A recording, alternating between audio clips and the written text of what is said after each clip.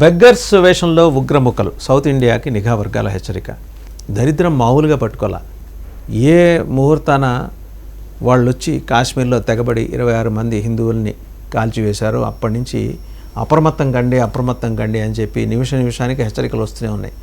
ప్రత్యేకించి ఈసారి ఉగ్రముక్కల target south India, దక్షిణ భారతదేశంలో first soft target Hyderabad. Easy. ఇక్కడ ఏంటంటే విపరీతమైన ఫ్లోటింగ్. Next target Bengaluru. ఈ టార్గెట్స్ ఈసారి చాలా డిఫరెంట్గా ఉన్నాయి.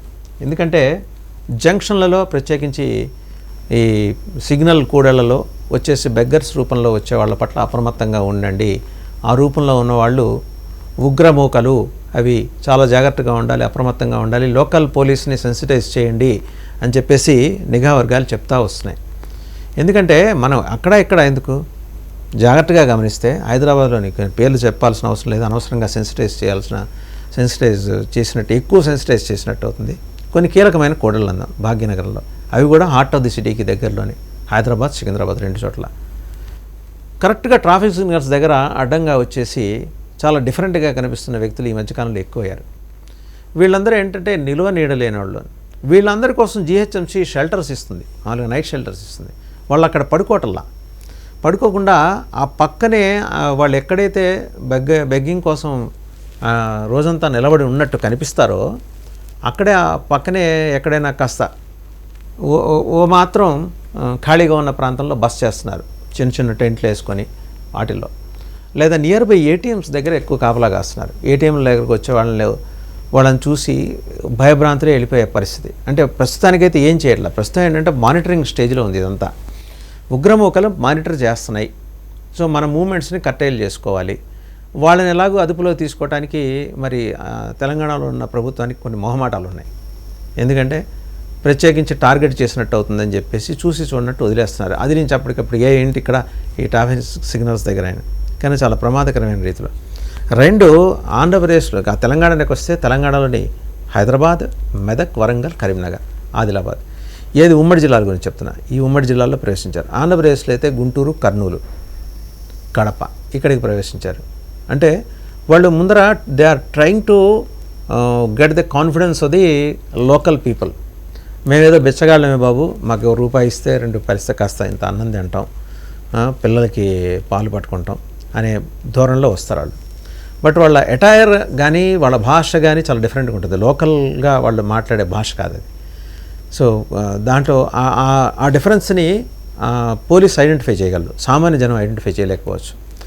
సో అటువంటి డిఫరెన్స్ కీలకమైన ప్రాంతాలు, ప్రత్యేకించి ఓల్డ్ బాంబే హైవే మీద ఉండే కీలకమైన సెక్షన్స్. ఒక ప్రాంతంలో రైతు బజారు, ఆ రైతు బజార్ను ఆనుకొని నెక్స్ట్ ఒక పెద్ద ఫ్లైఓవర్ కట్టారు అటు.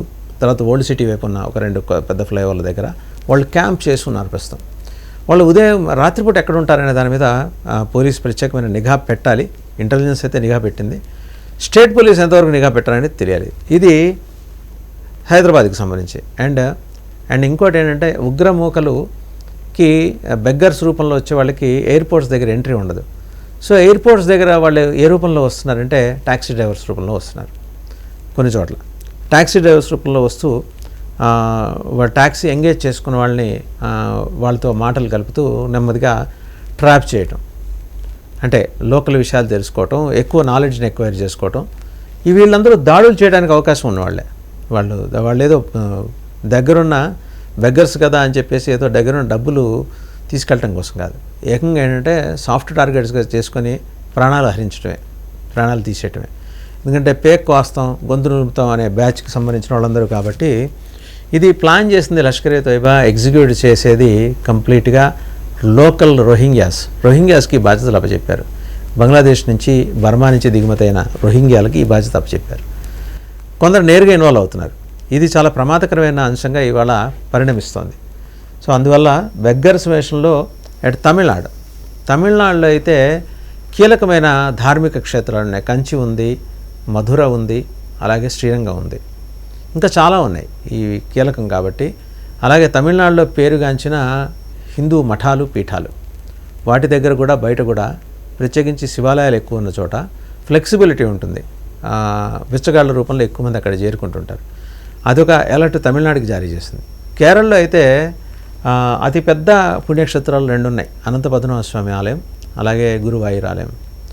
ఇక్కడ ఇంకా కర్ణాటకలో అయితే ఉడిపి చెప్పారు, అండ్ అలాగే ధర్మస్థల చెప్పారు.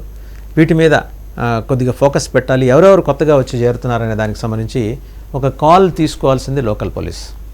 సో దీనికి సంబంధించి స్పష్టమైన సమాచారం అయితే వచ్చేసింది. పాండిచ్చేరి కూడా, పాండిచ్చేరి బీచ్లో ఎక్కువ కనిపిస్తున్నారు ఈ మధ్యకాలంలో ఈ ఉగ్రమూకలు బెగ్గర్స్ రూపంలో. సో ఎన్ని రకాల వేషాలు వేసుకుని వాళ్ళు దేశంలోకి ఎంట్రీ ఇస్తున్నారనే దానికి సంబంధించి ఇది నిర్దిష్టమైన సమాచారం. ఇది ఖచ్చితంగా ఇంటెలిజెన్స్ బ్యూరో హెచ్చరించిన విధంగా రాష్ట్ర ప్రభుత్వాలు మేల్కొంటే ప్రమాదాలను నివారించవచ్చు, దుర్ఘటనలను నివారించవచ్చు, ఉద్దేశపూర్వక కుట్రల్ని కూడా నివారించవచ్చు. యాజ్ ఇట్ ఈస్గా మనం చూసాం హైదరాబాద్, బెంగళూరు అండ్ తమిళనాడు, మెడ్రాస్, చెన్నై ఎయిర్పోర్ట్స్ వీటి సమీప ప్రాంతాల్లో వీళ్ళు క్యాంప్ చేసుకొని ఉంటున్నారట. శంషాబాద్కి సమీప ప్రాంతంలో ఉన్న విలేజెస్లో, లేకపోతే నేషనల్ హైవే మీద వీళ్ళు. అలాగే వీళ్ళకి నైట్ ఫుడ్ సరఫరా చేయడం కోసం అచ్చంగా కొన్ని వాలంటరీ ఆర్గనైజేషన్స్ పనిచేస్తున్నాయి. పగలంతా బిచ్చం చేసి బిచ్చగాళ్ళ రూపంలో ఉండి అడుక్కు తింటున్నారు కదా అని వాళ్ళేమి ఫుడ్ అడుక్కోరు, రూపాయి అడుక్కుంటారు. ఆ రూపాయలని వాళ్ళు జమ చేసి ఒక దగ్గర చేర్చి తమని ఎంగేజ్ చేసిన సంస్థకు అప్పచెప్పాలి. వాళ్ళు చెప్పే బాధ్యతల్ని వీళ్ళు క్యారీ అవుట్ చేయాలి. ఇది స్కెచ్, ఈ ఉగ్ర స్కెచ్. సో ఇది నెమ్మదిగా జరుగుతుంది, చాలా నెమ్మదిగా, స్లో పాయిజన్ లాగా జరుగుతుంది. ఓవర్ నైట్ ఏం జరగదు. కానీ ఇలా జరిగే అవకాశం చాలా స్పష్టంగా, జరిగే ప్రమాదం చాలా స్పష్టంగా ఉంది. కాబట్టి హైదరాబాద్ అప్రమత్తం అవ్వాలి అన్నిటికి మించి. తర్వాత బెంగళూరు, తర్వాత చెన్నై, యాజ్ వెల్ కర్ణాటకలోని రెస్ట్ ఆఫ్ ది ప్రాంతాలు అండ్ కేరళ. సో మలయాళ దేశంలో కూడా ఇది జరుగుతూ ఉంది. సో ఇదండి, బిగ్గర్స్ వేషంలో ట్రాఫిక్ సిగ్నల్స్ దగ్గర మిమ్మల్ని ఎవరైనా వేధిస్తున్నారు అంటే వాళ్ళతో వాదులాడమాకండి. పక్కనున్న పోలీస్కి ఇన్ఫామ్ చేయండి ఇమీడియట్గా. ఎందుకంటే police they will take a call. వాళ్ళతో నేరుగా వాదులాడద్దు. ఇది స్పష్టమైన హెచ్చరిక, నిఘా వర్గాల నుంచి వచ్చిన హెచ్చరిక. Police will take care of that.